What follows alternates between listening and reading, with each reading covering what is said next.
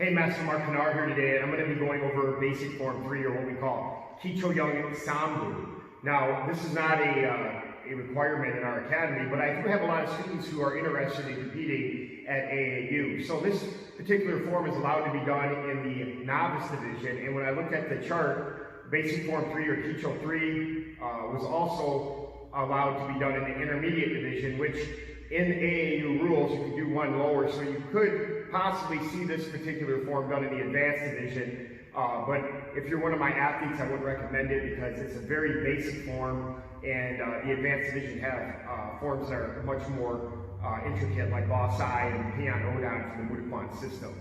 So I want to start out and do kind of a breakdown with it, and I'm going to do a slow run through of each movement kind of slowly without an explanation, so you can kind of see what we're going to do. So basic form 3 starts out with our chiliette. We look straight ahead, hands are straight down by your side, and we're going to bow. And then we're going to come to chumbi. Now the WT chumbi is different. The Kwan one is very powerful. You want to come down, boom, hit it hard. All right, so the first motion you're going to do, you're going to look to your left, you're going to stand in a back stance, and we do an outer block.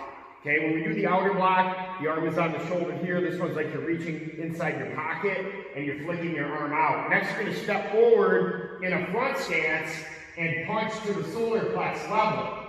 Next, you're going to look over your shoulder, you're going to turn another circle outer block in back stance, and then step forward in front stance, execute a punch right to the solar plex. Next, you're going to look to the front here, and you're going to execute a low block. Now here, you're going to step forward in a horseback stance and do a front punch. And then you're going to do 2 more. So you're going to step, punch, and then 1 more time. And on this third one, you do a key out. Next, you're going to turn with your pretzel turn, and you're going to do a circle outer block again. Stepping forward into a front stance, punch to the solar plex. Next, you're going to turn here in a back stance, circle outer block, step forward, punch the solar plex. In a front stance, you're going to turn to your left here, and you're going to step down in the front stance. And we're going to do a low block. And this is just like all the Kee Cho forms, the basic ones. We're going to repeat the pattern. So you're in a horseback stance, punch the solar plex, step forward, punch the solar plex, and then 1 more time, key out. Now you're going to pretzel turn, circle outer block again, step forward, punch the solar plex. Back stance, circle outer block, step forward, punch solar plex. Then you're going to return to chumbi. Come to attention, good. All right.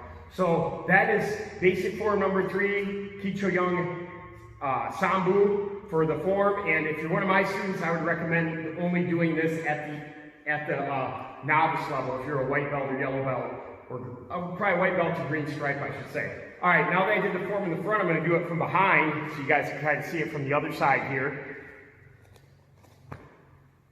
And I'm going to go through the form slowly. I'm not going to do it with a bunch of power or anything like that, just so you can kind of see what's going on.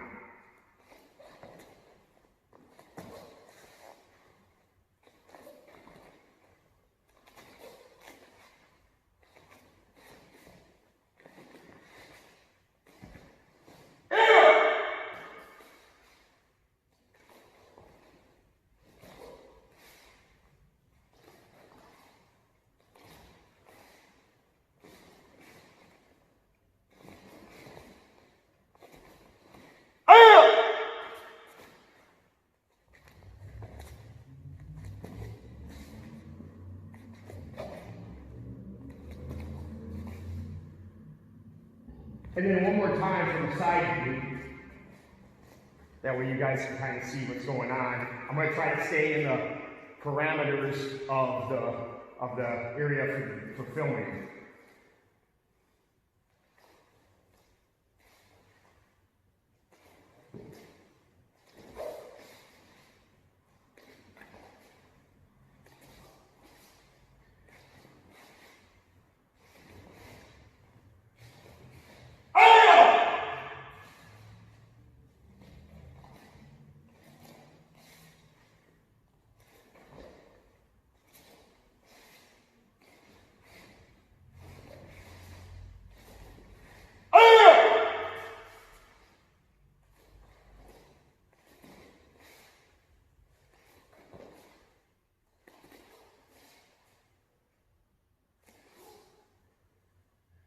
So that's a breakdown of basic form number 3. And it's important that, especially as our team in Michigan, that you guys try to do these Kwan patterns at national level. It's an extra medal. If you're going to travel all the way down to Florida or all the way down to Las Vegas or wherever nationals is held, try to compete in the most divisions. And people say, why would you want to do that? Well, nationals is probably one of the best experience for our athletes to get in order to become a better athlete, to become a better martial artist. You're putting yourself under pressure again and again and again, and that pressure molds you very, very solid, kind of like how a diamond's built. And you know, as a leader in the martial art community, it's my job as a coach to put athletes in very difficult situations to make them better. And you can learn the form on the video. If you're from a club that does Kwan, my preparation might be a little bit different because I originally started in the Shotokan style and switched over to Kwan when I was in my teenage years. So some of my preparation might be a little bit different than your club, but as long as you're consistent, that's what's important. All right, and I did the other 2 forms, all of them kind of slow. I didn't do it as a performance. I just did the technical aspect because I want you guys to get out there and be able to see what's going on and everything like that. I think somewhere on my page I do have it where I do it more in a performance base if you want to see that. But if you do it as a performance, you have to remember you're trying to illustrate what real martial arts is. You have to have that focus, that concentration, and that intensity, passion.